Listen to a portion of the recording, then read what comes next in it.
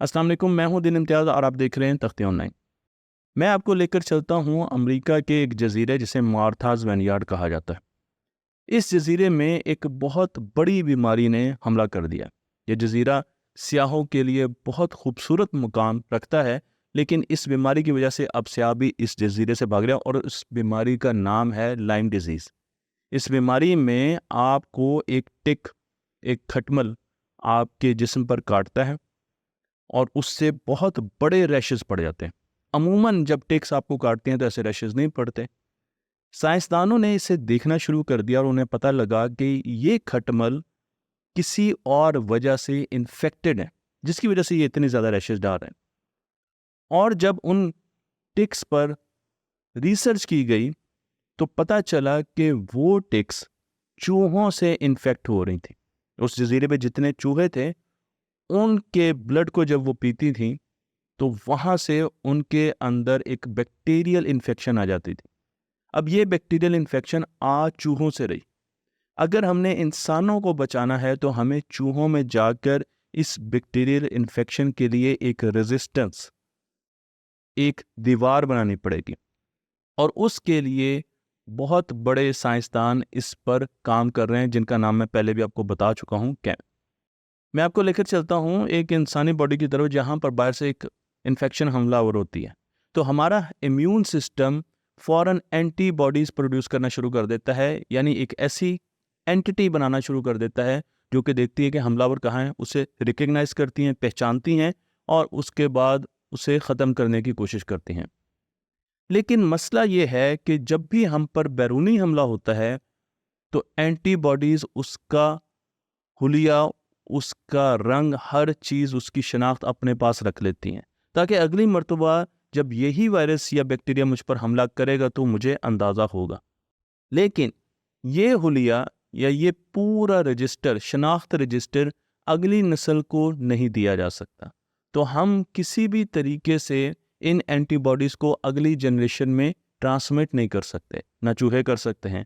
और इसी वजह से हर बच्चे को वैक्सीन लगती है, क्योंकि उसके पास जो बीमारियां उनके वालिदैन को हुई होती हैं उनका शनाख्त रजिस्टर मौजूद नहीं है। अगर हमने चूहों में इस बीमारी को ख़त्म करना है तो एक तरीका तो यह है कि हम तमाम चूहों को वैक्सीन दें। अब तमाम चूहों को एक जजीरे के कैसे वैक्सीन दी जा सकती है? हाँ, ये हो सकता है हम टॉफ़ियाँ रख दें, चीज़ रख दें, चॉकलेट रख दें और चूहों को पकड़ पकड़ के इंजेक्शन लगाना शुरू कर दें। मुश्किल है, लेकिन शायद पॉसिबल हो सकता है। और चूहे कतार दर कतार हमारी तरफ आते जाए और इंजेक्शन लगवा के थोड़ा सा रोएं और आगे चले जाएं। लेकिन ये इतना आसान तरीका नहीं है, हमें कोई और तरीका ढूंढना पड़ेगा। और इसके लिए केविन ने एक जेनेटिक वैक्सीन बनाना शुरू कर दी है। इस वैक्सीन का क्या काम है, मैं आपको स्टेप बाय स्टेप बताने जा रहा हूँ, ताकि आपको पता चले कि दुनिया का जो बहुत बड़ा मॉलिक्यूलर जेनेटिक्स का एक्सपेरिमेंट हो रहा है उसमें क्या किया जा रहा है। तो पहले स्टेप में हम एक चूहा लेंगे और उसे उस बैक्टीरिया से इन्फेक्ट करेंगे। अब जैसे ही वो बैक्टीरिया उस चूहे के अंदर जाएगा तो चूहे का इम्यून सिस्टम एंटीबॉडीज़ बनाना शुरू कर देगा। हम फ़ौरन देखेंगे कि ये जो एंटीबॉडीज़ बनी हैं, ये किस जीन्स की वजह से बनी है। आखिर कौन सी जीन ऐसी है, यानी एक स्विच है चूहे के अंदर जो 0 से 1 हुआ, ऑन ऑफ हुआ और ये जीन्स बनना शुरू होगी, तो हमने और ये एंटीबॉडीज़ बनना शुरू होगी, तो हमने उस जीन्स को आइडेंटिफाई करना है जिसने ये एंटीबॉडीज़ बनाई चूहे के अंदर। और अब हमने उस जीन को लेना है, चूहे के उस जीन को लेना है और उसके साथ हमने एक क्रिस्पर जीन को लेना है। क्रिस्पर जीन का काम ये होता है कि वो उस जीन को जिस जगह पर उसे डाला जाएगा उस जगह पर जीन को काटेगी, इस जीन को उसकी जगह रखेगी, कट कॉपी पेस्ट कर देगी। तो हमने एक एंटीबॉडी की जीन्स ली चूहों की, जिसने उस बीमारी से उसे बचाया लैब में। और उसके बाद हमने क्रिस्पर की जीन ली, उन्हें इकट्ठा किया और चूहे के स्पर्म सेल में डाल दिया।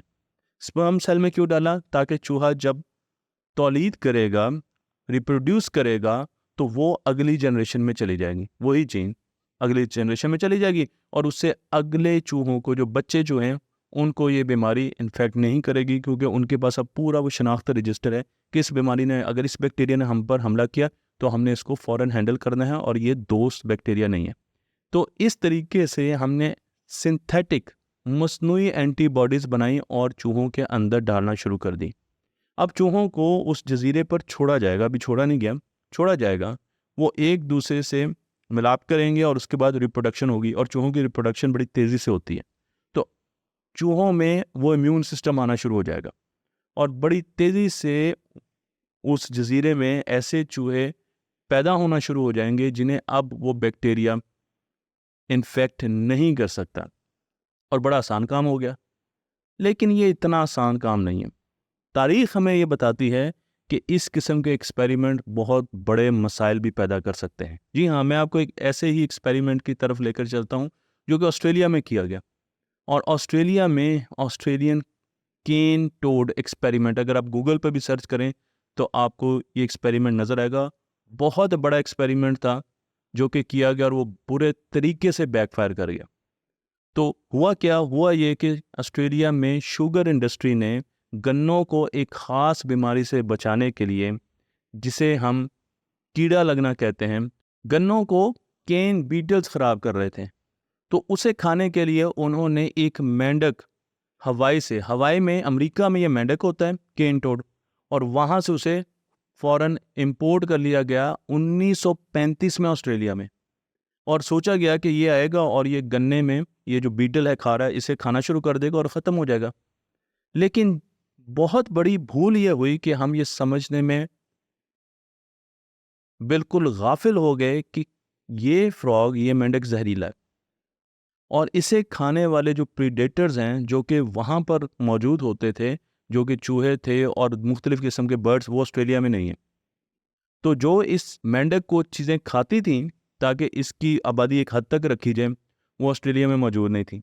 इस मेंढक को हमने इंपोर्ट कर लिया ऑस्ट्रेलिया आया, आकर हमें पता चला ओहो, ये तो इस बीटल को खाता ही नहीं है। यानी ये देखें कितना बड़ा ब्लंडर है कि जिस बीटल के लिए अप्लाई, हमें ऑस्ट्रेलिया में इसे छोड़कर पता चला 1935 में कि ये तो इस बीटल को खाता ही नहीं है।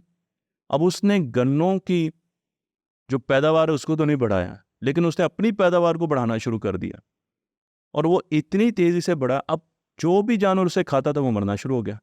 तो ऑस्ट्रेलिया का इकोसिस्टम टोटल ख़त्म होना शुरू हो गया जानवरों का। कोई लोमड़ी उसे खाती थी, कोई और जानवर खाता था, वो मर जाता था क्योंकि वो जहरीला था।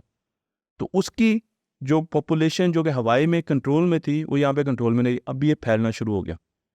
अगर आप ऑस्ट्रेलिया के मशरकी साहिलों को देखें तो वहाँ पर ये बहुत तेज़ी से फैला, इतनी तेज़ी से कि शायद ही कोई स्पीशी किसी बर्रे-आज़म में इतनी तेज़ी से फैली होगी जितनी कि ये तेज़ी से फैला है। अब ये हर जगह पर मौजूद है और आहिस्ता-आहिस्ता ये ऑस्ट्रेलिया में फैलता जा रहा है, और अब ऑस्ट्रेलिया का ये कहना है कि इसे नहीं ख़त्म किया जा सकता। उन्होंने अपने हाथ खड़े कर दिए हैं। उन्होंने कहा कि इसे ख़त्म नहीं किया जा सकता, इसे कोई खाता नहीं है क्योंकि ये जहरीला है, इसे कोई मारता नहीं है, इसका कोई जेन्युइन प्रीडेटर यानी इसका तो कोई दुश्मन ही नहीं है, सब इससे डरते हैं।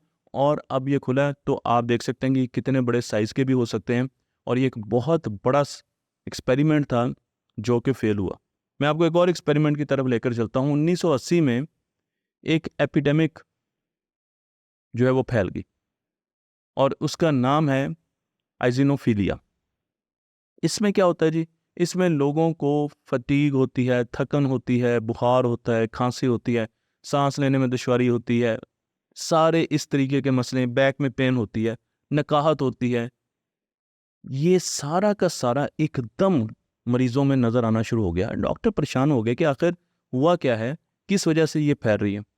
तो फिर पता चला कि ये इसके फैलने की वजह जेनेटिक इंजीनियरिंग है, उसका एक बहुत बड़ा फेलियर है। क्यों? क्योंकि एक इंडस्ट्री एक ख़ास किस्म के बैक्टीरिया को चेंज कर रही थी, मॉडिफाई कर रही थी। इकोलाई बैक्टीरिया को, बड़ा आम सा बैक्टीरिया, इकोलाई बैक्टीरिया को चेंज कर रही थी। और वो चेंज क्यों कर रही थी? वो चाह रही थी कि इसको हम फूड इंडस्ट्री में इस्तेमाल कर सकें। लेकिन गलती वहाँ पर हुई जब किसी वजह से ये बैक्टीरिया फैल गया, और जब इंसानों पर इसने अटैक किया तो इंसानों में ये सिम्टम्स नज़र आना शुरू हो गए। हालांकि ये बड़े हल्के सिम्टम्स हैं, इस एक्सपेरिमेंट के या इस जैसे एक्सपेरिमेंट के बहुत ज़्यादा ख़तरनाक रिजल्ट भी आ सकते हैं। मैं आपको एक और कंपनी की तरफ लेकर चलता हूँ जो कि नाम रखती है स्टारलिंक कॉन। 2000 में ये बहुत बड़ा एक एक्सीडेंट हुआ, हादसा हुआ, इसे स्टारलिंक कॉम एक्सीडेंट कहते हैं। और इसमें जेनेटिकली मॉडिफाइड ऑर्गेनिज्म जिनको हम चेंज करते हैं वो बनाए गए, और वो ऐसे बनाए गए जो कि इंसेक्ट्स जिनको ना खा सकें। यानी हमने ऐसी छलियां बनाई, ऐसे भुट्टे बनाए जिन्हें इंसेक्ट ना खा सकें, और उन्हें जानवरों के इस्तेमाल के लिए अप्रूवल मिल गई अमेरिका से। लेकिन हुआ ये कि कुछ कंपनीज ने गलती से उन्हें इंसानों के खानों में भी शामिल कर लिया। उसके बाद उस कंपनी को बहुत बड़ी कंसाइनमेंट्स वापस मंगवाना पड़ी जब ये चीज़ सामने आई कि ये तो इंसानों के खानों में भी शामिल हो गया। जो चीज़ें इंसेक्ट्स को मारने के लिए या उसे अपने आप से दूर बचाने के लिए मॉडिफाई की गई थी, जीएमओज, वो इंसानों के खानों में भी चले गए। तो फिर उस कंपनी ने वो सारे के सारे जो उनकी शिपमेंट्स थी उन्हें वापस बुलाया, और इसे हम कहते हैं जी क्या, स्टारलिंक कॉन एक्सीडेंट। जाके खुद भी पढ़िएगा और दूसरों की बातों पर, सुनी सुनाई बातों पर यकीन ना कीजिए। फिर मैं आपको लेकर चलता हूँ एक और हादसे की तरफ जो कि 2006 में हुआ। इस हादसे में यूनिवर्सिटी ऑफ कैलिफोर्निया के एक साइंसदान जिनका नाम डेविस है, उन्होंने एक जेनेटिकली मॉडिफाइड राइस, चावल को बनाया, और उस चावल की बड़ी शोहरत हुई, तस्वीरें आई कि जी बड़ा ज़बरदस्त है, इसकी यील्ड बड़ी है और ये बड़ा। लेकिन हुआ क्या कि उसके इस्तेमाल से लोगों को एलर्जीज होना शुरू हो गई। तो अब उन्हें अंदाज़ा हुआ कि जीएमओ जो है वो मुख्तलिफ़ किस्म की एलर्जीज़ भी ला सकता है, तो उन्होंने फ़ौरन ये चावल वापस किया और उसकी प्रोडक्शन बंद कर दी। मैं आपको यहाँ पर इसलिए ये एक्सपेरिमेंट्स बता रहा हूँ कि जब भी आप इस किस्म का मेजर एक्सपेरिमेंट करने जा रहे हैं, चाहे वो आप जजीरे पे करने जा रहे हैं ताकि वहाँ से कोई चूहा बाहर भाग ना सके और खुश्की पर ना आ सके, फिर भी वहाँ की लोकल कम्युनिटी को बहुत ज़्यादा कंसर्न होते हैं कि इसकी आउटकम क्या होगी। क्योंकि ये सारे एक्सपेरिमेंट जो मैंने आपको बताए हैं ये हमने अच्छी नीयत से किए थे कि इसका फ़ायदा इंसानों को होगा, लेकिन जहाँ पर हम पूरे तरीके से इदराक ना कर सके कि इसके क्या क्या नुकसानात भी हो सकते हैं, वहाँ पर इस किस्म के एक्सपेरिमेंट बैकफायर करते हैं।